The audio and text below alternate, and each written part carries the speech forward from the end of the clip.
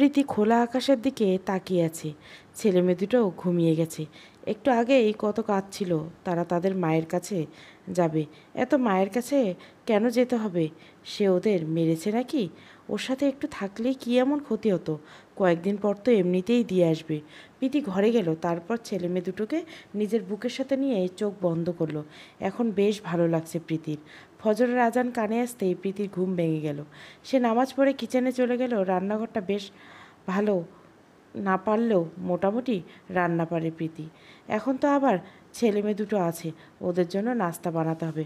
প্রীতি নাস্তা বানিয়ে বেডরুমে গেল। সে রুমে গিয়ে যা দেখলো তাতে ওর চোখ কপালে উঠে গেছে। তার ভাইয়ের ছেলেটা ওয়াশরুমের সামনে দাঁড়িয়ে বলছে, এই ডাইনি বেল হ বলটি আমাল হেতু বেলিয়ে দাচ্ছে তাল্লাতালি কল। প্রীতি বুঝতে পারছে না ছেলেটা কাকে ডাইনি বলছে।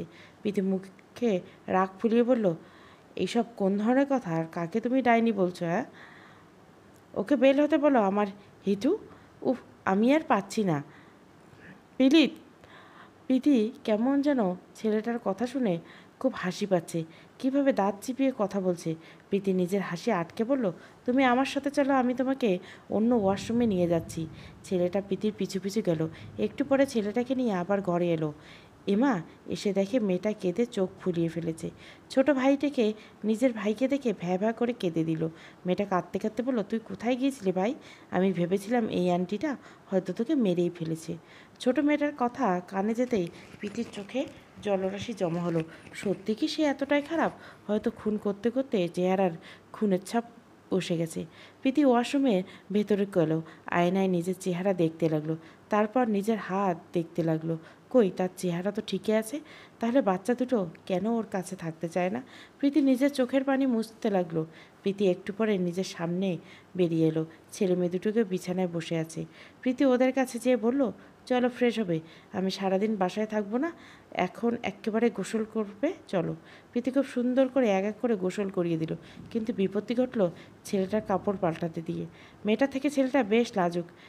প্রীতি যখন এই ছেলেটার কাপড় পাল্টাতে যাবে তখন এই ছেলেটা চিৎকার করে বলল, প্লিজ আমাকে ছেড়ে দাও, আমাকে নেংটু করো না।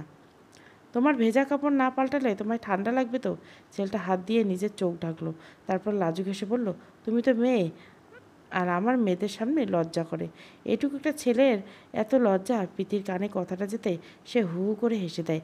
হাসতে হাসতে তার পেট ব্যথা করছে। প্রীতির হঠাৎ হাসি বন্ধ হয়ে যায়। নিজের কাছেই নিজেই বোকা হয়ে যায়। আর 14 বছর পর সে মন খুলে হাসলো। ছেলেটা দিকে তাকিয়ে দেখলো গোল গোল চোখে তাকিয়ে আছে। প্রীতি হালকা হেসে বলল, ওকে আমি বাইরে যাচ্ছি, তুমি চেঞ্জ করে নাও। ছেলেটা মাথা নাড়ালো। প্রীতি ওদেরকে খাইয়ে দিয়ে নিজে রেডি হয়ে গেল।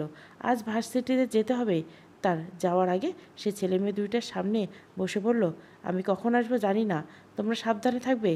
আসার সময় তোমাদের জন্য সব নিয়ে আসবে, কেমন? ঘরে খাবার আছে, খেয়ে নিও।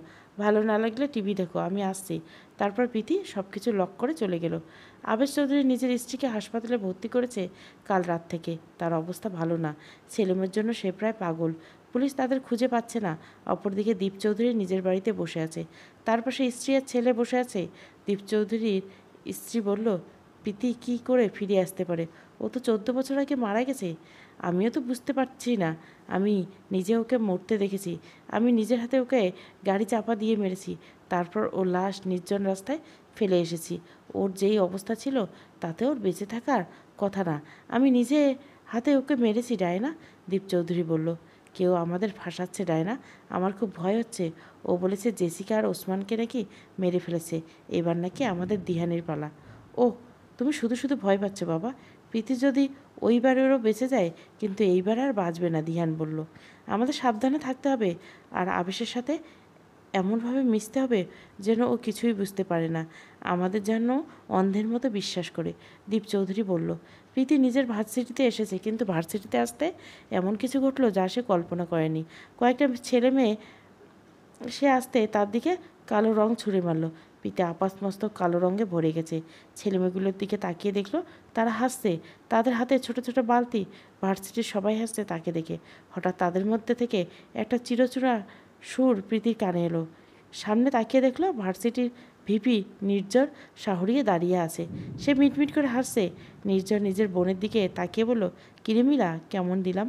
মিলা প্রীতি চারিদিকে ঘুরতে ঘুরতে বলল, বা ভাইয়া, এই কালো ভূতটাকে এখন তো চেনাই যাচ্ছে না, একদম সত্যিকারে ভূতের মতো লাগছে। তবে সেই লাগছে। নির্ঝর প্রীতির দিকে এগিয়ে এসে বলল, এটা আমার বোনকে অপমান করার শাস্তি, বাকিটা তোরা রইল মিস প্রীতিলতা। প্রীতি নির্ঝরের দিকে তাকিয়ে বলল, আপনি যদি আমার সূর্য সেন হন তাহলে আমিও প্রীতিলতা। এবার দেখুন আমার কাজ। প্রীতির কথাটা বলে নির্ঝরকে জড়িয়ে ধরল। তারপর নির্ঝরের দুই গালে নিজের গাল ঘষল। নির্ঝর প্রীতিকে ছাড়াতে পারছে না। প্রীতি নির্ঝরের গলায় মুখ ঘষতে ঘষতে বলল, এমন করে রোজ আমায় রং মেখে দিয়ে সূর্য সেন, রং মাখার পর তোমায় না হয় এভাবে আদর দিলাম। কি বলো শোনা? প্রীতি নির্ঝরের দিকে তাকিয়ে চোখ মারল। নির্ঝর প্রীতিকে এক ধাক্কা দিল। প্রীতি কিছুটা পিছিয়ে গেল। নির্ঝরের চোখ লাল হয়ে গেছে রাগে। রাগে ফুঁসছেও, ওর কপালের রগটা ফুলে উঠছে। নির্ঝর পারছে না এখন প্রীতিকে গলা টিপে মারতে। নির্ঝর চেঁচিয়ে বলল, এর প্রতিশোধ তো আমি নিবই, সেটা যেভাবেই হোক। আর নিজেকে একবার আয়নায় দেখো, কালো ভূত একটা। তুমি আমার জুতোর যোগ্য নও। কাল কিস করেছো, আর আজ এভাবে জড়িয়ে ধরে ঠিক করিনি। আমি এর প্রতিশোধ নিব, ছাড়বো না তোমাকে আমি। নির্ঝর কথাটা বলেই চলে গেল। প্রীতির চোখে পানি, হয়তো শরীরের রঙের জন্য কেউ দেখতে পায়নি। প্রীতির চোখের পানি হাত দিয়ে মুছে নিল। তারপর ভার্সিটি থেকে বের হয়ে গেল। ভার্সিটি থেকে বাসায় চলে এসেছে। শৈলে এখনও কালো রং ভর্তি। রাস্তা দিয়ে আসার সময় অনেকে তাকে দেখে হাসছিল। প্রীতি বাসায় এসে দেখলো ছেলে মেয়ে দুটো ঘুমিয়ে আছে। প্রীতি ওদের কপালে চুমু খেলো, তারপর ফ্রেশ হতে চলে গেল। প্রীতি ফ্রেশ হয়ে এসে দেখলো ওরা এখনও ঘুমাচ্ছে। গায়ের রঙগুলো ওঠাতে বেশ সময় লেগেছে। প্রীতি মাথা মুছে ছেলে মেয়েদের কাছে গেল। তারপর আদুরে গলায় ডাকতে লাগলো, বাবাই ওঠো, আমার মা, তাড়াতাড়ি ওঠো, খাবার খেতে হবে তো শোনা। প্রীতির আদুরে গলায় ছেলে মেয়ে দুটো চোখ খুলে তাকালো। প্রীতি মুচকে এসে বলল, তাড়াতাড়ি উঠো, এখন খেয়ে নিবে, আর দেরি করা যাবে না। প্রীতি খাবার নিয়ে আসার জন্য যাবে এমন সময় থেকে মেয়েটা বলল, আমরা তোমার কাছে থাকবো না, আমার আব্বু আম্মুর কাছে যাব, আমাদের বাসায় দিয়ে এসো।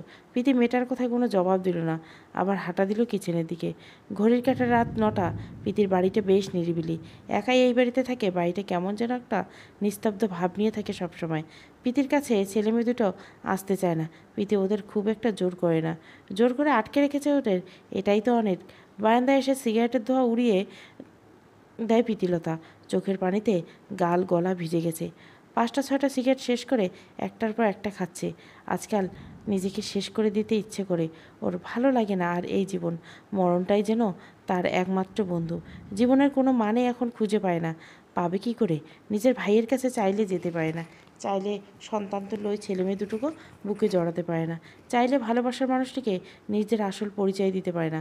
14 বছর ধরে অভিনয় করে আসছে, আজ যেন পারছে না। এই তো সে কাঁদছে, কিন্তু কেউ তার চোখের পানি মুছে দেওয়ার নেই। আকাশের দিকে তাকিয়ে দীর্ঘ নিঃশ্বাস সারেছে। নিজেকে আজকাল জোকার মনে হয় প্রীতির, যার এক এক সময় এক এক রূপে অভিনয় করতে হয়। আকাশের দিকে তাকিয়ে নীরবে চোখের পানি ফেলছিল প্রীতি। হঠাৎ নিজের গালে নরম একটা স্পর্শ দেখতে পেল। পাশে তাকিয়ে দেখলো ছেলেটা দাঁড়িয়ে আছে। কত মায়া এই ছোট্ট মুখটাতে। ছোট্ট ছেলেটা তার স্পষ্ট ভাষায় বলল, তুমি কাঁদছো কেন পচা আন্টি? তুমি সিগারেট খাও? এটা তো পচা লোকেরা খায়, এটা খেলে মানুষ তাড়াতাড়ি মলে যায়, তুমি এটা খেও না। কেন যেন এই ছোট্ট ছেলেটার কথায় পিঠি হিচকি দিয়ে উঠে কেঁদে উঠল। বড্ড কষ্ট হচ্ছে। এই ছেলেমেয়ের মধ্যে এত মায়া কেন প্রীতি জানে না। ওদের তো সে কাছে টানতে চায় না, তাহলে কেন ওর এই পাপে ভরা জীবনে ওরা জড়িয়ে যাচ্ছে? ছোট্ট ছেলেটা প্রীতির মাথায় নিজের ছোট্ট নরম হাতটা বুলিয়ে দিতে দিতে বলল, আন্টি, তুমি তো আমাদের ধলে এনেছো, তুমি তো খারাপ মানুষ। খারাপ মানুষরা এভাবে কাঁদে, আর তুমি আমাদের না মেলে এভাবে আদল কেন করেছো? প্রীতি কাঁদতে কাঁদতে বলল, এরকম ছোট ছোট মা বাবাকে কেউ মারে নাকি? বাবাই আমাদের একদম ছোট বলবে না, আমরা অনেক বড়। প্রীতি পাশে দেখলেও ছোট্ট মেয়েটা কোমরে হাত দিয়ে কথাগুলো বলছে। প্রীতি চোখের পানি মুছে বলল, আমি তো ভুলেই গিয়েছিলাম, তোমরা অনেক বড়। দাঁড়াও, দেখাচ্ছি মজা। প্রীতি ছেলেমেয়ে দুটোকে কাতুকুতু দিতে লাগলো, আর ছেলেমেয়ে দুটো হাসতে হাসতে ফ্লোরে গড়াগড়ি খাচ্ছে। প্রীতি প্রাণহীন গিয়ে আজ হাসির জোয়ার। প্রীতিও হাসছে। রাত গভীর। প্রীতি নিজের বাড়ি থেকে বের হয়ে গেল। ছেলেমেয়ে দুটো ঘুমিয়ে গেছে। প্রীতির বাসার বাইরে এসে নিজের বাইক স্টার্ট দিল। তারপর এগিয়ে চলল নিজের গন্তব্য। অনেকক্ষণ পরে একটা বিশাল বড় বাড়ির সামনে প্রীতি বাইকটা থামায়। বাড়িটার দিকে কিছুক্ষণ তাকিয়ে থাকে সে। হ্যাঁ, এই বাড়িটাতে তো তার বউ হয়ে আসার কথা ছিল, কিন্তু তা আর হলো না। এখানেই তার স্বপ্ন মানবের বাস। প্রীতি দেওয়াল টপকে বাড়ির ভিতরে ঢুকে গেল। প্রীতি খুব সাবধানে 2 তলায় উঠে গেল। তারপর একটা ঘরে প্রবেশ করলো। ঘরের মধ্যে কোনো আলো নেই, তবে চাদরের আলোয় বিছানায় ঘুমিয়ে থাকা যুবকটিকে দেখা যাচ্ছে। কত নিশ্চিন্তে ঘুমিয়ে আছে সে, কিন্তু তার জন্য এখনও যে কেউ রাত জেগে সেই খবর কি স্বপ্নপুরুষ জানে? প্রীতি ছেলেটার পাশে যেয়ে বসলো, তারপর কপালে পড়ে থাকা চুলগুলো সরিয়ে দিল। কত শান্ত হয়ে ঘুমিয়েছে। আর কখনো কি তাকে এভাবে দেখা হবে তা প্রীতি জানে না। বলা তো যায় না কখন উপরে চলে যাওয়ার সময় চলে আসে। আচ্ছা, শরীরের রঙের বদলে গেলে কি মানুষ বদলে যায়? হয়তো তাই হবে। তা না হলে তার সূর্য সেন কেন তাকে চিনতে পারছে না? এভাবে ভুলে যাওয়ার তো কথা ছিল না। সে কি একবারও তার প্রীতিলতাকে চিনতে পারেনি? সে তো নিজের কাছে সবসময় প্রমাণ দিয়েই চলেছে মানুষটার কাছে, কিন্তু তবু এই মানুষটা কেন তাকে চিনতে পারছে না? প্রীতি নির্ঝর নামক তার স্বপ্নের পুরুষের কপালে একটা চুমু দিল। ঘুমের মাঝে নিজের পাশে কারো উপস্থিতি বুঝতে পেরে নির্ঝর চোখ খুলল আর খপ করে প্রীতির হাতটা ধরে ফেলল। নির্ঝর হঠাৎ জেগে যাওয়ায় প্রীতি কেঁপে উঠল। প্রীতি নির্ঝরকে ধাক্কা দিয়ে সরিয়ে দিল। প্রীতি বেশি দূরে যেতে পারল না। তার আগে নির্ঝর তাকে ধরে ফেলল। তারপর বলল, কে আপনি? এত রাতে আমার ঘরে কি করছেন? আপনি এর আগেও আমার ঘরে এসেছিলেন, কিছুদিন আগেও আপনি এসেছিলেন, কিন্তু আমি আপনাকে ধরার আগেই চলে গেছেন। কেন আসেন এখানে আপনি? প্রীতি জবাব দিল না। এখানে বেশিক্ষণ থাকলে সে ধরা পড়ে যাবে। তাই উপায় না পেয়ে আজও নির্ঝরের মুখে চেতনানাশক স্প্রে করে দিল। নির্ঝরকে ধরে বিছানায় শুইয়ে দিল। তারপর কিছুক্ষণ নির্ঝরের দিকে তাকিয়ে থাকলো। নির্ঝরের 2 চোখ চুমু দিল প্রীতি। নির্ঝরের গায়ে একটা চাদর দিয়ে ঢেকে দিল। তারপর আবারও বেরিয়ে গেল। চারিদিকে ঘুটঘুটে অন্ধকার, কোথাও জনমানবের চিহ্ন নেই। প্রীতি নিজের মুখ থেকে মাস্কটা খুললো। তারপর পেছনের পকেট থেকে একটা ফোন বের করলো। মোবাইলটা অন করলো প্রীতি। তারপর একটা নাম্বারে কল করলো। কিছুক্ষণ বাজার পর প্রীতির কল ওপাশ থেকে রিসিভ হলো। ওপাশ থেকে একটা চিরচেরা কণ্ঠ প্রীতির কানে ভেসে আসছে। আজ কতদিন পরে এই কণ্ঠটা সে শুনেছে। ফোনের ওপাশ থেকে আবেশ তার কথা বলে যাচ্ছে, কিন্তু প্রীতির কথা বলছে না। অবশেষে আবেশ কোনো সারা শব্দ না পেয়ে বলল, এত রাতে ফোন করে মানুষকে কেন জ্বালাচ্ছেন? যত্ত সব। আবেশ ফোন রাখতে যাবে এমন সময় একটা কথা শুনে সে থমকে গেল। নিজের সন্তানদের চাই আবেশ চৌধুরী, প্রীতি বলল। আবেশ কাপা স্বরে বলল, আপনি কে? প্লিজ আমার ছেলেমেয়েদের ফিরিয়ে দিন। আমার স্ত্রী হাসপাতালে ভর্তি, ওরা ছাড়া আমার কেউ নেই। দয়া করে ওদের কোনো ক্ষতি করবেন না। আপনার কত টাকা লাগবে আমাকে বলুন তো, কিন্তু তবুও আমার ছেলেমেয়ের কিছু করবেন না। আমি আপনার পায়ে পড়ি বোন, দয়া করুন। আবেশ কথাটা বলতেই কাঁদতে লাগলো। প্রীতির বুকটা ফেটে যাচ্ছে। প্রীতি নিজের কণ্ঠে অতি কষ্টে রাগ ফুটিয়ে বলল, আপনি অতিরিক্ত কথা বলেন। আমি কি আপনার কাছে টাকা চাইছি? আপনার টাকার আমার দরকার নেই। আপনার স্ত্রী কেমন আছে আগে সেটা বলুন। আমার নিরুপমা ভালো নেই, কাল থেকে কিছু খাইনি, ঘুমাই নাও, পাগলের মতো করছে। নিরুপমার কিছু হলে আমি মরে যাব, একটু দয়া করুন। আপনার স্ত্রীর কাছে কি ফোনটা দেওয়া যাবে? হ্যাঁ। তাহলে তাকে ফোনটা দিন। ফোনটা দিয়ে বলুন তার সন্তানকে যে কিডন্যাপ করেছে সে কল করেছে। আবেশ দৌড়ে গিয়ে নিরুপমার কাছে দেয়। সে বালিশে ফুপিয়ে কাটছে। আবেশ স্ত্রীর কাছে যেয়ে বলল, নিরু, কথা বলো। আমি কারোর সাথে কথা বলবো না, আমাকে আমার ছেলে মেয়েকে এনে দাও। আবেশ, ওরা কোথায় আছে আমি জানি না, আর তুমি নাটক করছো আমার সাথে। নিরুপমা চিৎকার করে কথাগুলো বলল, একটু শান্ত হও নিরু, যে কিডন্যাপ করেছে সেই কল করেছে, তোমার সাথে নাকি কথা আছে, একটু কথা বলো লক্ষ্মী। নিরুপমা স্বামীর হাত থেকে খাবলে ফোনটা নিয়ে নিল। তারপর বলল, আমার ছেলে মেয়েকে কেন নিয়ে গেলে? আমি তো কারো কোনো ক্ষতি করিনি, আমার কোলটা খালি করো না, আমি আমার বাচ্চাদের ফেরত চাই, আমাকে ভিক্ষা দাও সন্তান। নিরুপমা কাঁদতে লাগলো। একটা শর্তে দিতে পারে? কী শর্ত? আমি রাজি, যা বলবে সব করব। দরকার হলে আমাকে মেরে ফেলে দাও, কিন্তু ওদের ছেড়ে দাও। কে বলছে আমি ওদের মারবো? দরকার হলে নিজের জীবনটাই দিয়ে দেবো আমি, তা ওদের কিছু হতে দিব না। আর আপনাকে এখন থেকে ঠিক করে খেতে হবে, নিজের যত্ন নিতে হবে, তবেই ওদের দেব। আমি এখন খাবার খাবো, শুধু আমার মানিকদের ফেরত দাও, 2 দিন পর ফেরত পাবেন। আর একটা কথা, ওদের ফেরত পাবার পর দূরে কোথাও পাঠিয়ে দেবেন, এখানে ওদের জীবন ঝুঁকি আছে।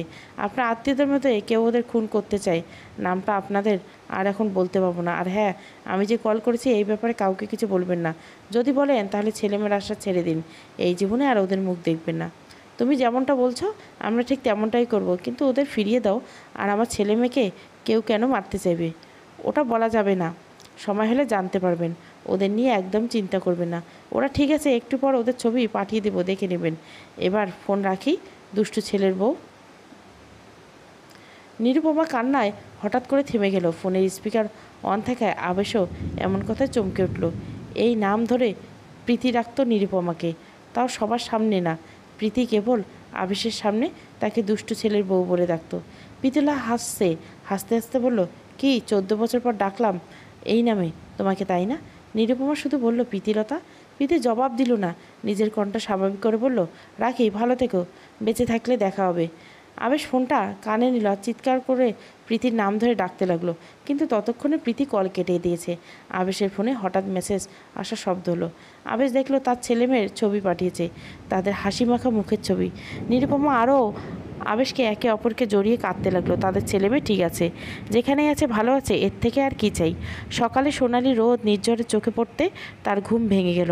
মাথাটা এখনও ভার হয়ে আছে। কাল রাতে মেয়েটা তাকে অজ্ঞান করে পালিয়েছে, এখন থেকে সাবধানে থাকতে হবে। আবার আসুক সে, তখন নির্ঝর তাকে বোঝাবে কত ধানে কত চাল। নির্ঝর ঝাড়া মেরে চাদরটা সরিয়ে দিল, তারপর ওয়াশরুমে চলে গেল। নির্ঝর দাঁত ব্রাশ করতে করতে আয়নায় নিজের চেহারা দেখে থমকে গেল। এ কি তার কপালে? কপালে ওই ফাজিল মেয়েটা চুমু খেয়েছে, আবার লিপস্টিকের দাগ রেখে গেছে, একদম লাল টকটকে রং। হাতের কাছে পেলে দেবো এক চর, বেয়াদব মেয়ে একটা। অপরদিকে প্রীতি বাচ্চাদের খাইয়ে দিল, তারপর নিজে রেডি হয়ে বসলো। আজ সে ছদ্মবেশ ধারণ করবে। আজ প্রীতি পুরুষের ছদ্মবেশ ধারণ করবে। তাকে তার পরবর্তী শিকারের জন্য বের হতে হবে। বাচ্চা দুটো তার দিকে তাকিয়ে আছে। প্রীতি ওদের দিকে তাকিয়ে হাসলো, তারপর ওদের চুমু দিয়ে বেরিয়ে গেল। প্রীতি ছদ্মবেশে একজন বৃদ্ধ সেজেছে, কেউ বলবে না ওটা কোনো মেয়ে। প্রীতি একটা রিক্সা নিয়ে নিজের গন্তব্যে বেরিয়ে গেল। এবার লক্ষ্য ডাক্তার শাকিল। প্রীতি রিক্সা করে একটা বিরাট হাসপাতালের কাছে এলো, তারপর রিক্সা থেকে নেমে খুঁড়িয়ে খুঁড়িয়ে হাঁটতে লাগলো।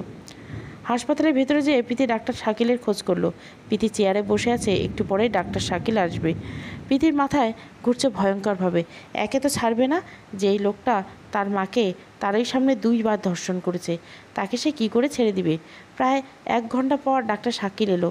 কয়েকজনের পর প্রীতির সিরিয়াল। সেও আজ শাকিলের কাছ থেকে চিকিৎসা নেবে।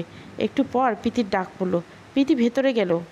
প্রীতি শাকিলের সাথে কথা বলছে আর টেবিলের নিচে কিছু একটা করছে। প্রীতির চেহারা দেখে কেউ বলবে না সে একজন মেয়ে, আর সে এমন হেসে হেসে কথা বলছে যে শাকিল কেন, কেউ প্রীতিকে সন্দেহ করবে না। প্রীতি টেবিলের নিচে যা সেট করার তা করে দিয়েছে। তারপর প্রীতি বলল, স্যার গো, পায়ের ব্যথায় রাইতে ঘুমাতে পারি না।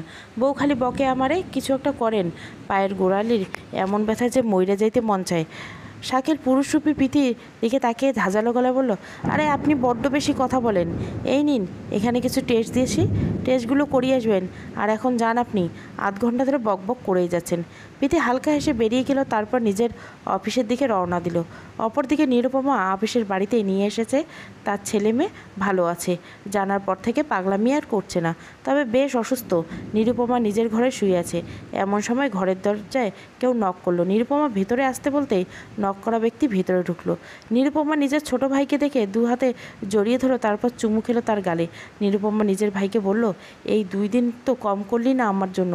দিনরাত এক করে পুলিশের কাছে ছুটলি, আবার হাসপাতালে আমায় নিয়ে এত করলি। এত ভালো কেন তুই ভাই? নিজের বোনের জন্য করবো না তো কার জন্য করব? পুচকু দুটোকে তো এখন খুঁজে পেলাম না। নিরুপমা নিজের ভাইয়ের দিকে তাকিয়ে বলল, একটা কথা বলবো ভাই? বল। যে ওদের কিডন্যাপ করেছে সে কাল রাতে তোর দুলাভাইকে কল দিয়েছিল। মানে কি বলছিল? তা কি বলছে? উত্তেজিত কণ্ঠে বলল, বাবুরা ভালো আছে, আর 2 দিন পর আমার সন্তান ফেরত দিবে, তবে একটা শর্ত আছে। কি শর্ত? বাবুদের দূরে কোথাও পাঠিয়ে দিতে হবে, এখানে নাকি ওদের প্রাণের ঝুঁকি আছে। যা ভালো হয় করো, কিন্তু একজন কিডন্যাপার কেন আমাদের নিয়ে চিন্তা করবে? আমিও তো তাই ভাবছি। আর একটা কথা ভাই, ওই কিডন্যাপার কোনো ছেলে নয়, একটা মেয়ে।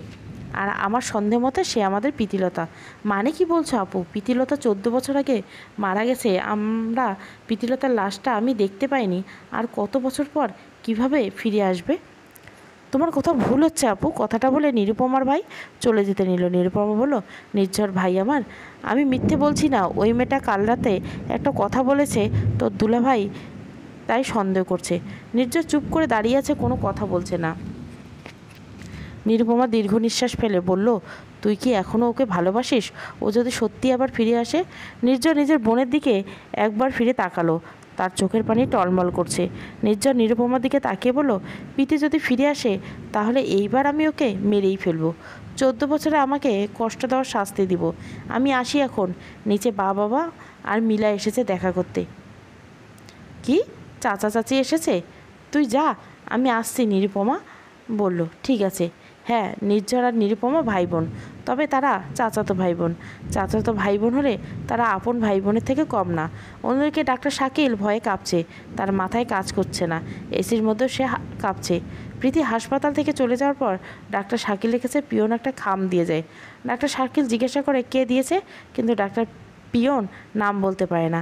শাকিল খামটা খুলে ভেতর থেকে কিছু ছবি বেরিয়ে আসে, যেখানে স্পষ্ট দেখা যাচ্ছে তিনি চারুলতা অর্থাৎ প্রীতির মাকে নির্যাতন করছেন, আর আয়ান চৌধুরীকে বাকিরা প্রহার করছেন। খামের ভেতর থেকে শাকিল একটা চিরকুট পায়, কাঁপা কাঁপা হাতে সেটা পড়তে শুরু করে। তোমার মৃত্যু হয়ে আয়ান চৌধুরী ফিরে এসেছে শাকিল, তোমায় আমি কঠিন মৃত্যু দিব। নিচে নাম লেখা আয়ান চৌধুরী। শাকিল ভয়ে কাঁপছে চিঠিটা পড়ার পরে। এই হাতের লেখা তার খুব চেনা, এটা তার বন্ধু আয়ানের লেখা, কিন্তু সে তো 14 বছর আগে মারা গেছে। নিজের হাতে তাকে মাটি চাপা দিয়েছে সবাই মিলে, ওর মাথায় কাজ করছে না। তবে কি এখনও আয়ান বেঁচে আছে? শাকিল ছবিগুলো ছিঁড়ে টুকরো টুকরো করে ফেললো, তারপর পাগলের মতো বাড়ির দিকে রওনা দিল। প্রীতির বাড়ি ফিরলে সন্ধ্যায় বাচ্চা দুটো খেলছে ফ্লোরে। প্রীতি ওদের জন্য অনেক কিছু কিনে এনেছে। বাচ্চা দুটো প্রীতির হাতে খেলনা দেখে দৌড়ে এলো। প্রীতি ওদের জিনিসগুলো দিয়ে ওয়াশরুমে চলে গেল। কোনো কথা বলল না, ওদের কাছে টেনে কষ্ট ছাড়া আর কোনো কিছুই পাবে না। কথা অনুযায়ী কালকে দিয়ে আসবে, তাহলে ওদের কাছে টেনে লাভ কি? শুধু শুধু আবার কষ্ট পাবে। কাল থেকে আবার সে একা। এই একাকিত্ব আর তাকে ছাড়ল না। রাত হয়ে গেছে অনেক, আকাশে আজ তারার মেলা। নির্ঝর আকাশের দিকে তাকিয়ে আছে, চাঁদের আলোয় চারিদিকে আলোকিত। নির্ঝরের হাতে একটা ছবি, এই ছবি দেখে 14 বছর পার করেছে সে। নির্ঝর ছবিটার দিকে তাকিয়ে বলল, আমার প্রীতিলতা, তুই কি সত্যিই ফিরে আসবি আমার জীবনে? সত্যি কি এই নির্ঝর শাহরিয়ার কথা তোর মনে আছে, নাকি পাল্টে গিয়েছিস? আমি তো পাল্টাইনি। জানিস, ভার্সিটিতে একটা মেয়ে এসেছে, ওর নাম প্রীতিলতা। ও যেদিন ওর নামটা বলেছিল ওই দিন থেকে ওকে দেখলে আমার খুব রাগ হয়। আর জানিস, ওই মেয়েটা একদম তোর মতো। এত উল্টোপাল্টা কথা বলি, তবু আমার গলায় জড়িয়ে ধরে সবার সামনে। আর তোর মতোই ঠোঁট কাটা স্বভাব, লোকের সামনে উল্টোপাল্টা কথা বলে। এই মেয়ে আর তোর মধ্যে একটাই তফাৎ, ওই মেয়ে আধারের মতো কালো, আর তুই পূর্ণিমার মতো সুন্দর। মাঝে মাঝে মনে হয় ওটা তুই। ওই মেয়ের জায়গায় তুই কেন ফিরে আসলি না আমার জীবনে, বলতে পারিস? জীবন থেমে থাকে না, সময়ের সাথে জীবন মানে পাল্টে যায়।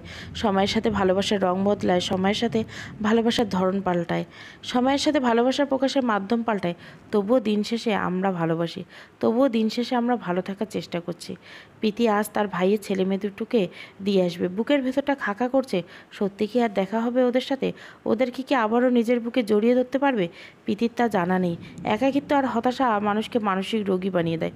প্রীতি যার শিকার, পাল্লা দিয়ে রাতের গভীরতা বেড়েই চলছে। প্রীতির চোখে ঘুম নেই, কত রাত সে ঘুমায় না তার হিসাব নেই। প্রীতি বারান্দা থেকে ঘর গেল, তারপর বক্স থেকে ওষুধ বের করে খেয়ে নিল। গত 14 বছর ধরে এই ওষুধ যেন তার নিত্যসঙ্গী। তারপর আবার বারান্দায় চলে গেল।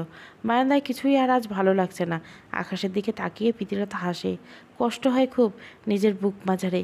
আকাশের দিকে তাকিয়ে প্রীতিলতা বলল, মা, তুমি বলেছিলে আমি নাকি অনেক বড় ডাক্তার হব, আমি নাকি লোকের প্রাণ বাঁচাবো, চিকিৎসা করব, আমাকে দেখে নাকি মানুষ অনেক অনেক দোয়া করবে। কিন্তু জানো মা, আমি বড় হয়েছি ঠিকই, কিন্তু ডাক্তার হইনি।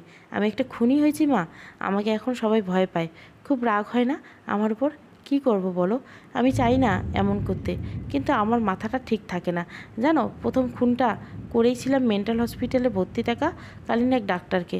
ওর গলাটা ব্লেড দিয়ে কেটে দিয়েছিলাম। একটা গলা কাটা মুরগির মতো ছটপট করেছিল ওই জানোয়ারটা। কাল আবার একটা খুন করব আমি, তাই বাচ্চা দুটোকে সরিয়ে দিতে হচ্ছে।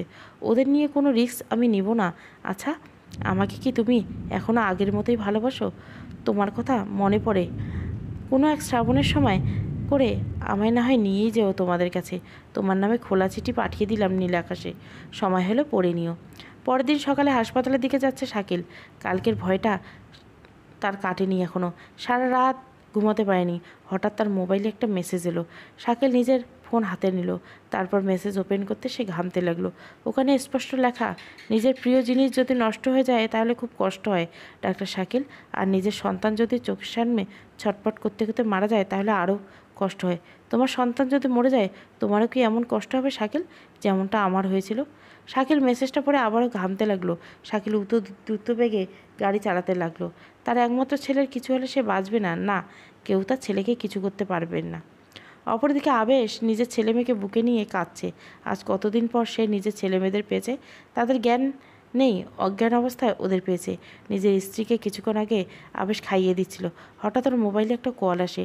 আবেশ কলটা রিসিভ করতে ওপাশ থেকে শুধু একটাই কথা বলে, আপনার ছেলে মেয়ে বাইরে আছে, এসে নিয়ে যান। তারপর ফোনটা কেটে দেয়। আবেশ দেরি করে না, দৌড়ে গেটের সামনে চলে যায়। গেটের সামনে তার ছেলে মেয়ে পড়ে আছে, তাদের কোনো জ্ঞান নেই।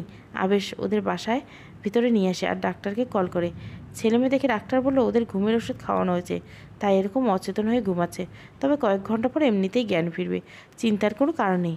আবেশ চোখের পানি মুছে ডাক্তারকে বিদায় দিল। শাকিল নিজের ছেলের কলেজের সামনে দ্রুত গাড়ি চালিয়ে আসে। কোনো রকম দৌড়ে ভিতরে যায় সে। তার হাত পা কাঁপছে। একটু দূরে তার ছেলে রাসেল বন্ধুদের সাথে হেসে হেসে কথা বলছে। তার ছেলে ভালো আছে, এটাই অনেক। শাকিল ছেলের সাথে আর কথা বলল না। শাকিল চলে আসবে এমন সময় তার ফোনে আবারও মেসেজ।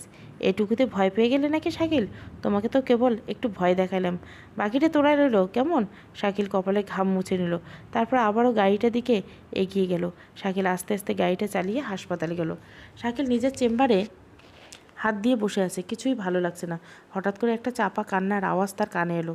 কেউ কাঁদছে আর বলছে, শাকিল ভাই, চারুকে ছেড়ে দে, আমাকে মেরে ফেল দে, কিন্তু ওকে ধর্ষণ করিস না ভাই। শুধু একটা হাসপাতালের প্রধান প্রফেসর হতে এমন করিস না। চারুলতা ডাক্তারে ছেড়ে দিবে, তবুও ওকে ধর্ষণ করিস না। তোর পায়ে পড়ি আমি, চারু তোকে নিজের ভাই বলে। শাকিল এমন করিস না, আমার চারুকে তুই ছেড়ে দে শাকিল। চারু, চারু, না না। আল্লাহ, তুমি কি বিচার করবে না? আল্লাহ আমার চারুর। শাকিল ভাই, আমাকে ছেড়ে দিন, আমার সর্বনাশ করবেন না, একটু দয়া করুন ভাই। আল্লাহ, তুমি কি দেখো না? না। সাউন্ডপ্রুফ ঘরটার মধ্যে শাকিল ভয়ে ঘামছে। হঠাৎ করেই চিৎকার আওয়াজ বন্ধ হয়ে গেল। শাকিল পাগলের মতো কাঁপছে।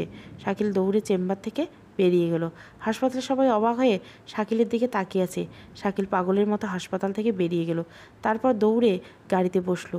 শাকিল বাড়ির দিকে রওনা দিল। সে পাগলের মতো গাড়ি চালাচ্ছে, ভয়ে মাথা কাজ করছে না। শাকিল গাড়ি চালাচ্ছে। হঠাৎ করে শাকিল দেখলো তার গাড়ি নিয়ন্ত্রণ নেই। তার গাড়ি ব্রেক করছে না, গাড়ি ব্রেক করতে ব্যর্থ হচ্ছে। গাড়ি নিয়ন্ত্রণ হারিয়ে ধাক্কা খেলো একটা গাছের সাথে। শাকিল কপাল বেয়ে রক্ত পড়ছে। চোখের সামনে একটা ঝাপসা অবয়ব সে দেখতে পেল, কিন্তু চোখ খোলা রাখা সম্ভব হলো না। রাত 2টা ছুঁইছে। শাকিল আস্তে আস্তে চোখ খুলে তাকালো। মাথাটা অনেক ব্যথা করছে। নিজেকে খোলা আকাশের নিচে আবিষ্কার করলো সে। শরীরটা এখনও দুর্বল। আশেপাশে তাকিয়ে দেখলো কেউ নেই, কিন্তু তার হাত পা বাঁধা কেন? মুখ থেকে কোনো আওয়াজ বের করতে পারছে না। তার মুখ কাপড় দিয়ে বাঁধা। তার পাশে বেশ কিছু জিনিস রাখা, যা দেখে সে আবারও ভয়ে কাঁপছে। শাকিল ভয়ে কাঁপছে। হঠাৎ করে সে আবারও একই কান্নার আওয়াজ পেল। আয়ন বারবার তার চারুলতাকে ছেড়ে দিতে বলছে, চিৎকার করে কাঁদছে।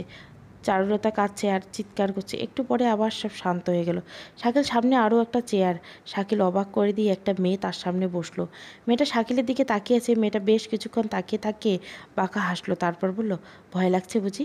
কিন্তু আমি তো তোর চিৎকার শুনতে চাই। যেভাবে আমার সামনে আমার বাবা মা চিৎকার করেছিল, তার থেকে বেশি চিৎকার আমি শুনতে চাই তোর। শাকিল ছটপট করছে। শাকিল ছটপট করতে করতে দেখে মেয়েটা আবারও বলল, এত তাড়া কিসের? হ্যাঁ, আমি আবার তাড়াতাড়ি কাজ করতে পছন্দ করি না। আস্তে আস্তে তিলে তিলে মারতে বড্ড ভালো লাগে আমার। গতকাল তোর চেম্বারে একটা বৃদ্ধ লোক গিয়েছিল, মনে আছে? ওইটা আমি ছিলাম। তোর থেকে চিকিৎসা নিতে যাইনি, তোর টেবিলের নিচে ছোট্ট একটা ইলেকট্রনিক যন্ত্র লাগিয়ে দিয়েছিলাম। তার একটা কারণ আছে। আস্তে আস্তে বলছি তোকে সব। তোকে মারলে অনেক আগেই মেরে ফেলতে পারতাম, কিন্তু ওই যে ভাবে মারলে আমি মজা পেতাম না, আমি তো পৈশাচিক আনন্দ পেতাম না, তাই আমাকে কত কষ্ট করতে হয়েছে জানিস? এই যন্ত্রটা লাগাতে সময় লাগছিল, তাই চেম্বারে বসে শুধু কথা বলছিলাম। তারপর বের হয়ে পিয়নকে দিয়ে চিঠি পাঠালাম, আর নিচে আমার বাবার নাম আয়ান চৌধুরী লিখে দিলাম। ও, তুই তো আবার জানিস না আমি কে। আস্তে আস্তে বলি কেমন? আর তুই ভাবলি আমার মরা বাপ ফিরে এসেছে হয়তো। কথাটা বলে মেয়েটা পাগলের মতো হাসতে লাগলো। হাসতে হাসতে হঠাৎ শাকিলের গলা চেপে ধরল। তারপর বলল, আমার বাবাকে তোরা মেরে ফেলেছিস। সেই কত বছর আগে আমার বাবা একের পর এক আঘাত করে, তারপর তার লাশটা আগুনে পুড়িয়ে ফেলছে। ও সরি, পুড়িস নেই, বাবার ঝলসে যাওয়া শরীরটা মাটিতে দিয়ে পুঁতে দিয়েছিস, যেন কোনো প্রমাণ না থাকে। আর সবাই ভাবে আমার বাবা মা আগুনে ছাই হয়ে গেছে। যাকে নির্মমভাবে খুন করেছিস সে কী করে ফিরে আসবে? হ্যাঁ, তোকে ভয় দেখাতেই আমি মরা বাবার নাম ব্যবহার করছি, আর তুই ভয় পেয়ে অনেক জোরে গাড়ি চালিয়ে বাড়ি চলে গেলি। আজ আবারও তোর ছেলের মৃত্যুর ভয় দেখালাম, আর তুই আজও গাড়ি চালিয়ে তার কলেজে গেলি। তারপর হাসপাতালে চেম্বারে বসার কিছুক্ষণ পর তুই আমার বাবা মার কান্নার আওয়াজ শুনলি, আর ভয় পেয়ে আবারও জোরে গাড়ি চালাতে লাগলি। যেটা তুই সব থেকে বড় ভুল করছিস। তোর গাড়ির ব্রেক আমি কালকে আলগা করে রেখেছিলাম, আর জোরে গাড়ি চালানোর জন্য ওটা আরও আলগা হয়ে গেছিলো। তুই গাড়ি কন্ট্রোল হারিয়ে একটা ছোট্ট অ্যাক্সিডেন্ট করলি, আর আমি তোকে নিয়ে এলাম। জানিস, আমার বাবা মা ওই কান্নার কথা থেকে এসেছে, ওই ছোট্ট যন্ত্রটা থেকে। আমি সাউন্ড পাঠিয়েছি তোকে ভয় দেখাতে। কী ভাবছিস আমি কে? তাহলে শোন, আমি প্রীতিলতা, যে এখন তোর জম হয়ে এসেছে। শাকিল অবাক চোখে তাকিয়েছে প্রীতির দিকে। প্রীতি শাকিলের দিকে তাকিয়ে বলল, কী ভাবছিস? যাকে গাড়ি চাপা দিয়ে মেরেছিস সে কি করে ফিরে এলো? নসিব রে ভাই, সবই নসিব। তা না হলে আমি কেন বেঁচে থাকবো? আর ওসমান, তুই এবং বাকিরা কেন আমার হাতে মরবি? শাকিলের শরীরে কাঁপুনি দেখে প্রীতিলতা বলল, কিরে, এখনই এই অবস্থা? জানিস, ওসমানকে মেরে সেই মজা পেয়েছি, একদম মনের মতো। আর আজ তোকে মারবো। জানিস, ওসমানের লাশটা আমি টুকরো টুকরো করে কেটেছি, আর ওর লাশটা আমি 100 টুকরো করেছি, তারপর কেমিক্যাল দিয়ে 2 দিন রেখে দিয়েছি। ব্যাস, একদম গলে গেছে, কোনো প্রমাণ নেই। এবার তোকে মারবো। তোকে মারার জন্য জান দুটো আজ ভাইয়ের কাছে দিয়ে এসেছি। ওরা থাকলে আমি ধরা পড়ে যাব তো। ওরা ভয় পাবে, যেই ভয়টা আমি পেয়েছিলাম, যার জন্য হয়তো আমাকে সাইকো হতে হলো। ওই ভয় আমি ওদের দিতে চাই না। প্রীতি পাশে থাকা একটা চাপাটি আবারও তুলে নিল, তারপর ওসমানের শাকিলের মুখের কাপড়টা খুলে দিল। চাপাটার দিকে তাকিয়ে প্রীতি তাকিয়ে আছে, তারপর শাকিলের ডান হাতটা স্পর্শ করে বলল, এই হাত দিয়ে তুই আমার মায়ের শরীর ছুঁয়ে দিয়েছিস।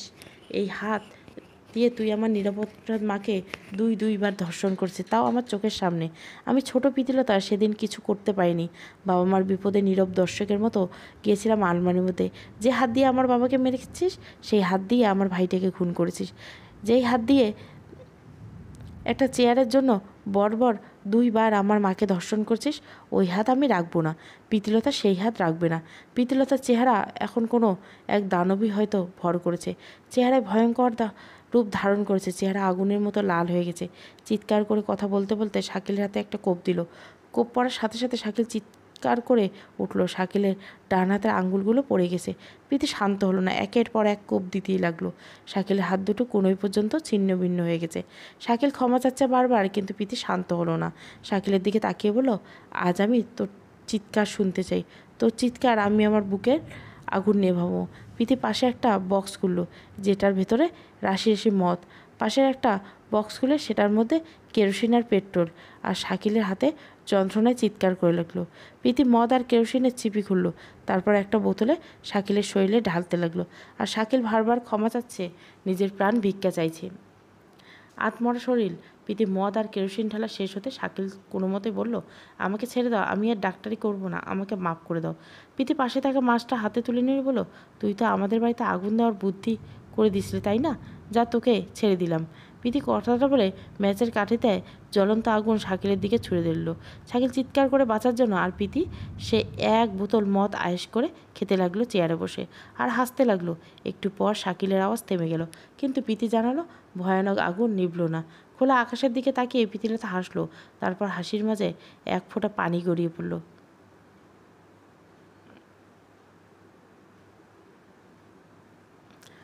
সকালে সোনালি আলোয় চোখ পড়তে প্রীতির ঘুম ভাঙল। ঘড়ি তাকিয়ে দেখলো 8টা বাজে। সকাল 5টার দিকে ঘুমিয়েছে। সে উঠে ফ্রেশ হয়ে ভার্সিটির দিকে রওনা দিল। ঠিকমতো পৌঁছা গেল। আজ আর কেউ তাকে জ্বালায়নি। তবে প্রীতি আন্দাজ করতে পারছে আজ কিছু হবে তার সাথে। প্রীতি ক্লাস শেষ করে ক্যান্টিনের দিকে যাচ্ছিল, কিন্তু সবাই প্রীতির দিকে তাকিয়ে হাসছে। কিন্তু তাকে নিয়ে হাসার মানেটা বুঝতে না পারে ক্যান্টিনে এমন সময় একটা পোস্টারের দিকে নজর গেল, যেটা দেখে রাগ তত্তর করে বেড়ে উঠল। কেউ তার কার্টুন বানিয়েছে, আর সেটাকে খুব বাজে জামা পরানো আছে। রাগে ওর হাত মুষ্টিয়ে এলো। পেছন থেকে অট্টহাসির শব্দ। ওই দিকে তাকালো। পেছনে নির্ঝর আর মিলা দাঁড়িয়ে আছে। তাদের ঘিরে দাঁড়িয়ে আছে আরও 100 ছেলে মেয়ে। নির্ঝর প্রীতির কাছে এসে বলল, তোমার জন্য আজকের এই আয়োজন পছন্দ হয়েছে? আর যাই হোক, তুমি তো আমাকে ভালোবাসো, আর আমি তোমার জন্য এইটুকু করতে পারবো না? প্রীতি নিজের রাগ সামলাতে না পারে থাপ্পড় মারার জন্য হাত উঠিয়ে ফেলল, কিন্তু আবারও নিজের রাগ কন্ট্রোল করার চেষ্টা করলো। নিজেকে কিছুটা শান্ত করে বলল, আজকের পর আর কখনো আমাকে এখানে দেখবে না। আর হ্যাঁ, আমার এই চলে যাওয়ার তোমাদের কাল হয়ে দাঁড়াবে, মনে রেখো। তোমাদের আমার চেনা উচিত ছিল, নির্ঝর শাহরিয়া, কিন্তু আমি ভুল। প্রীতির চোখে পানি চলে এসেছে, সে আর কথা বলতে পারছে না, দৌড়ে বেরিয়ে যায়। এদিকে নির্ঝর সহ সবাই অবাক চোখে তাকিয়েছে। ওরা শুধু একটু মজা করতে চেয়েছিল, তাহলে ওরা কি বেশি করে ফেলেছে? প্রায় সন্ধ্যা হয়ে গেছে, মিলা নিজের ঘরে বসেছিল। হঠাৎ করে ওর বয়ফ্রেন্ড স্বামীর ওকে কল করলো। মিলা ফোনটা রিসিভ করলো। মিলার ফোন রিসিভ করতে স্বামীর বলল, জান, অনেক দিন দেখা হয় না, আজকে একটা রেস্টুরেন্ট বুক করছি, তোমার জন্য সারপ্রাইজ আছে, তুমি একটু চলে আসো না প্লিজ। তুমি ঠিকানাটা দাও, আমি আসছি, তবে বেশিক্ষণ থাকতে পারবো না, ভাইয়া তাহলে বুঝে যাবে। ওকে, আমি পাঠাচ্ছি। রাত 8টার দিকে মিলা সুন্দর করে সেজে রেস্টুরেন্টে গেল। স্বামী সত্যি অনেক সুন্দর করে সাজিয়েছে। মিলাও বেশ খুশি। স্বামীর মিলার জন্য কিছু গিফট এনেছে। স্বামীর মিলার দিকে তাকিয়ে বলল, তোমার পছন্দ হয়েছে মিলা? খুব খুব পছন্দ হয়েছে। তাহলে আমারও যে এখন একটা জিনিস চাই। কী বলো? আজ রাতে তোমাকে আমার চাই প্লিজ। এসব কী বলছো স্বামীর? আমাদের বিয়ে হয়নি তো কী হয়েছে? আজকাল এটা কোনো ম্যাটার না। তোমার কাছে ম্যাটার না হলেও আমার কাছে ম্যাটার। আমি বাড়ি যাব। কিছুটা রাগ নিয়ে মিলা বলল, তারপর চলে যেতে নিল, কিন্তু যেতে পারল না। তার আগে স্বামীর ওর হাতটা ধরে ফেলল, তারপর বলল, আজ তোকে ছাড়ছি না। আজ 1 বছর তোর পিছনে পড়ে আছি। তোকে যতটা সময় দিয়েছি বিছানা ওঠাতে, তা অন্য কোনো মেয়েকে দেয়নি। আজ তোকে ব্যবহার করেই ছাড়বো। স্বামীর কথাটা বলে মিলাকে পাশে থাকা সোফায় ফেলে দিল, তার আর ওর সাথে জোর করতে লাগলো। মিলা কোনো উপায় না পেয়ে পাশে থাকা ভারী ফুলদানি দিয়ে স্বামীর মাথায় আঘাত করলো। স্বামীকে ধাক্কা দিয়ে সরিয়ে দিল, তারপর নিজের ব্যাগ নিয়ে ছুটতে লাগলো। স্বামীর মাথায় হাত দিয়ে বাইরে এলো। এদিকে মিলা বাইরে বেরিয়ে দৌড়াতে দৌড়াতে সে নির্ঝরকে কল দিল। এদিকে স্বামী তার গার্ডদের নিয়ে মিলার পিছু করছে। মিলা নির্ঝরকে সব বলে তারপর ঠিকানা পাঠিয়ে দেয়। মিলা দৌড়াতে দৌড়াতে হঠাৎ কারোর সাথে ধাক্কা খেয়ে পড়ে গেল। সে পড়ে যেতেই স্বামীর লোকেরা ওর কাছে চলে আসলো, আর যার সাথে ধাক্কা খেয়েছে তার দিকে তাকিয়ে স্বামীর বলল, ধন্যবাদ ডার্লিং, তোমার জন্য আজ মিলা পাখিকে ধরতে পারলাম, নইলে পালিয়ে যাচ্ছিল। মিলার পানি ভরা চোখে পাশে দেখলো, মিলা অবাক চোখে দেখলো প্রীতি দাঁড়িয়েছে। প্রীতিকে দেখে মিলা বলল, আমাকে বাঁচাও প্লিজ, ও আমাকে ধর্ষণ করবে, প্লিজ প্রীতি। প্রীতি কোনো কথা না বলে স্বামীর এসে মিলাকে হ্যাঁচকা টান দিয়ে উঠিয়ে বলল, তারপর নিজের সাথে নিয়ে যেতে পারো। কিন্তু নিতে পারলে তার আগে সে টান অনুভব করলো। পেছনে তাকিয়ে দেখলো প্রীতি মিলার অন্য হাত ধরে দাঁড়িয়ে আছে। স্বামীর মিলাকে তার সামনে টানতে পারছে না। মিলা অবাক চোখে প্রীতিকে দেখছে।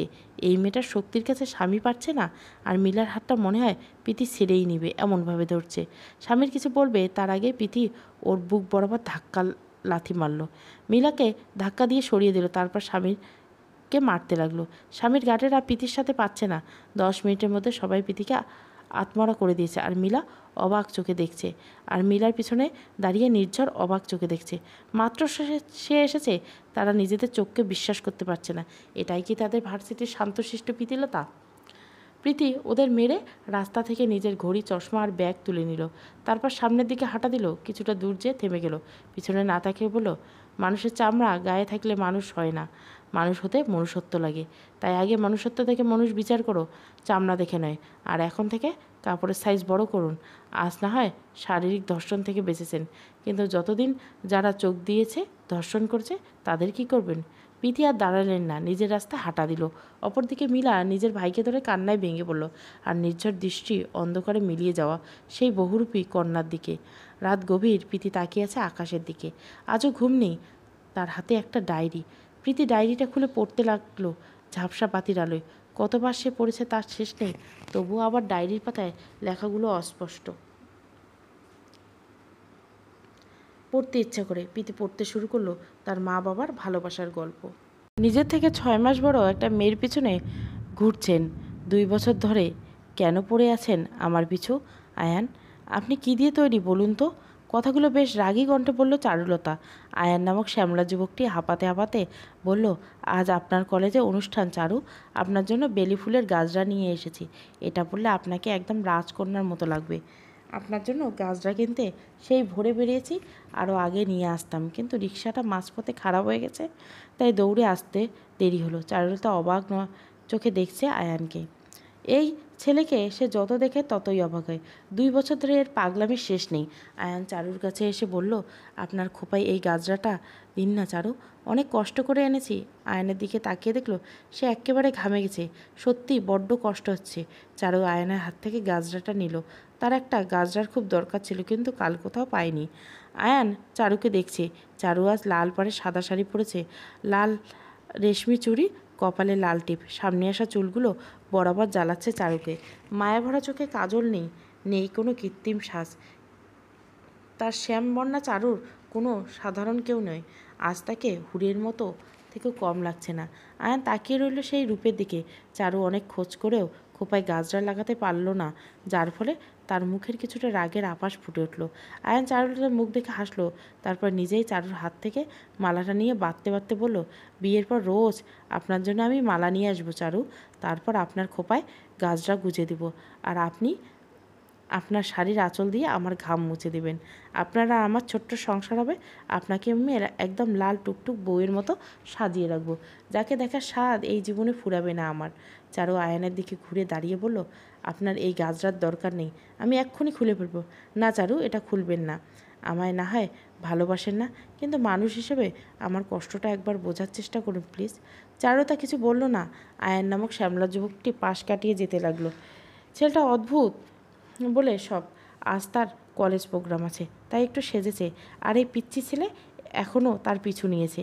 আয়ান পেছন থেকে চিৎকার করে বলল, করিও না অভিমান, বঙ্গে নারী পরশারী ভালোবাসে গাইব গান। চারু আয়ানের দিকে তাকিয়ে রাগ দেখালো, তারপর আবারও হাঁটা দিল। আয়ান তার চারুলতার রাগ দেখে হাসে, রাগলে তাকে একদম গিন্নি গিন্নি লাগে। তারপর সেও বাড়ির দিকে হাঁটা দিল। অনুষ্ঠান শেষ হলে আবার চারুকে বাড়িতে পর্যন্ত পৌঁছে দিতে হবে। যতই চারু বিরক্ত হোক, তবুও সে চায় না চারুর কখনো কোনো অসুবিধা হোক। আয়ন বাড়িতে যেয়ে দেখলো তার মা কাজ করছেন। পেছনে যেয়ে মাকে জড়িয়ে ধরল। আয়নের মা মমতা বেগম মুচকে হাসলেন, তারপর ছেলের কপালে থাকা ঘাম মুছে বললেন, আজ বুঝি চারুর কাছে গিয়েছিলি? আয়ান মুচকে এসে বলল, তার বেশ লজ্জা লাগছে। মমতা বেগম ছেলের মাথায় হাত বুলিয়ে বলতে থাকলেন, আর লজ্জা পেতে হবে না, আমার ছেলে ওই মেয়েকে পাগলের মতো ভালোবাসে, আর সে কি সাড়া দেবে না? তা কী করে হয়? কোথায় গিয়েছিলি, আর এত দেরি হলো কেন বাপ? মায়ের কথায় মাথা নিচু করে আয়ান বলল, চারু কাল বেলি ফুলের গাজরা খুঁজে পায়নি, তাই তার জন্য গাজরা কিনতে গিয়েছিলাম। আসার সময় রিক্সা খারাপ হয়ে গিয়েছিল, তাই দৌড়ে আসতে দেরি হয়েছে মা। মমতা বেগম ছেলের কপালে চুমু দিয়ে বলেন, বড্ড কষ্ট হয়েছে না? ওই মেয়েকে আমি তোর বউ করে আনবো, চিন্তা করবি না একদম। মেয়েটার খেয়াল রাখবি বাবা। যা এখন নাস্তা করে নে, টেবিলে খাবার আছে, অনেক বেলা হয়ে গেছে। তুমি খেয়েছো মা? না রে বাবা, খাইনি। চলো একসাথে খাই। বাবা আর ভাইয়া কোথায়?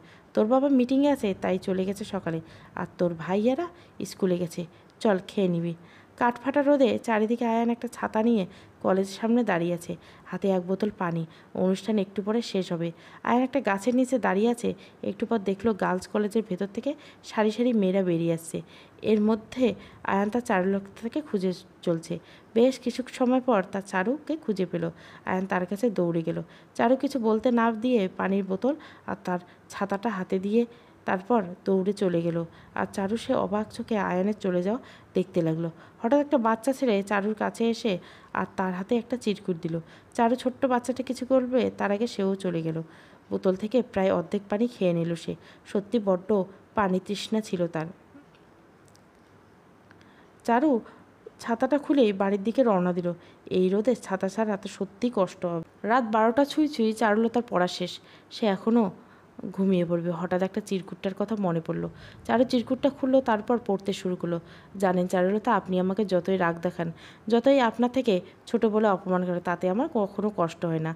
আপনাকে আমার হৃদয়ে জমানো ভালোবাসা এই জীবনে দেখাতে পারবো কি না জানি না, তবু আমি আপনাকে ভালোবাসি। আপনাকে আমৃত্যু ভালোবাসি। যে এই ভালোবাসা শেষ হওয়ার নয়, যে এই ভালোবাসা হাজার জনম কাম্য। আমার ছোট্ট হৃদয়টা আপনাকে ছোঁয়ার ইচ্ছে জাগে, আমার হৃদয়ে আপনাকে ভালো রাখার ইচ্ছে জাগে। আচ্ছা চারু, এক জীবনে কি মানুষ সত্যি ভালোবাসার মানুষকে ভালোবেসে হৃদয়ে ভরে? আমার তো ভরবে না। আমি চাই আমার ভালোবাসার সূচনা যেমন রঙিন, শেষটাও যেন রঙিন হয়। আপনি ভালোবাসা হয়ে আমার হৃদয় থেকে চলে যান। আপনার প্রতি আমার অনুভূতি ঠিক রবীন্দ্রনাথের গানের মতো। শুনতে চান কেমন? আমারও পরানো যাহা চায়। চারু চিরকুটটা আবারও ড্রয়ারে ভাঁজ করলো, তারপর ড্রয়ারে চিরকুটটা রেখে। বৃষ্টি পড়ছে খুব। একটা ছোট্ট দোকানের পাশে দাঁড়িয়ে আছে চারুলতা। বৃষ্টিতে ভিজে বাড়ি যাওয়ার আগে কাঁধের ব্যাগটা বুকের সাথে জাপটে ধরে দাঁড়িয়ে আছে সে। আশেপাশে মানুষ খুব কম, চারুলতা একটু ভয় পাচ্ছে। হঠাৎ চারুলতা নিজের পাশে কারো উপস্থিতি টের পেল। পাশে তাকাতে চমকে গেল। কাজ ভেজা হয়ে আয়ান তার পাশে দাঁড়িয়ে আছে। সেও হয়তো কলেজ থেকে এসেছে, কিন্তু একই কলেজের ব্যাগ একদম ভিজে গেছে তার। আয়ান চারুলতাকে দেখে মুচকে এসে বলল, অনেকক্ষণ দাঁড়িয়ে আছেন তাই না? আপনাকে কষ্ট দেওয়ার জন্য ছড়ি। এখানে দাঁড়াতে হবে না, চলুন। আজ বৃষ্টি থামবে না বলে মনে হয় না, কিন্তু এত বৃষ্টির মধ্যে যাব কীভাবে চারু? আয়ান মুচকি হেসে বলল, কিচ্ছু হবে না, চলুন আমার সাথে। আয়ান চারুর মাথায় দুইটা বড় বড় কচুর পাতা ধরলো, তারপর আবারও বলল, এবার চলুন চারু। চারু আর আয়ান পাশাপাশি হাঁটছে। চারু বৃষ্টির ঝাপটায় কিছুটা ভিজে গেছে, কিন্তু আয়ান তার শরীরের কাঁপুনি উঠে গেছে, চোখ কিছুটা লাল হয়ে গেছে, তবুও তার মুখে মুচকি হাসি। চারুর চোখে সেই হাসি ফাঁকি দেয় না। চারু আজকে আবারও অবাক হলো এই ছেলেটাকে দেখে। কতটা সহজ সরল ছেলে, মনের মধ্যে একটুও খাত নেই, শুধু একটু সমস্যা সে ছোট্ট বয়সে। নানা কথা ভাবতে ভাবতে চারু বাড়ির কাছে চলে আসলো। আয়ান চারুর দিকে মুচকে এসে বলল, এবার চলে যান চারু, নিজের খেয়াল রাখবেন, মনে রাখবেন আপনার ভালো থাকা মানে আমার ভালো থাকা, নিজের যত্ন নেবেন, আসি। আয়ান রাস্তার উল্টো দিকে হাঁটা দিল। চারু এখনও আয়নার দিকে তাকিয়েছে। চারুর থেকে এক পা করে দূরে যাচ্ছে।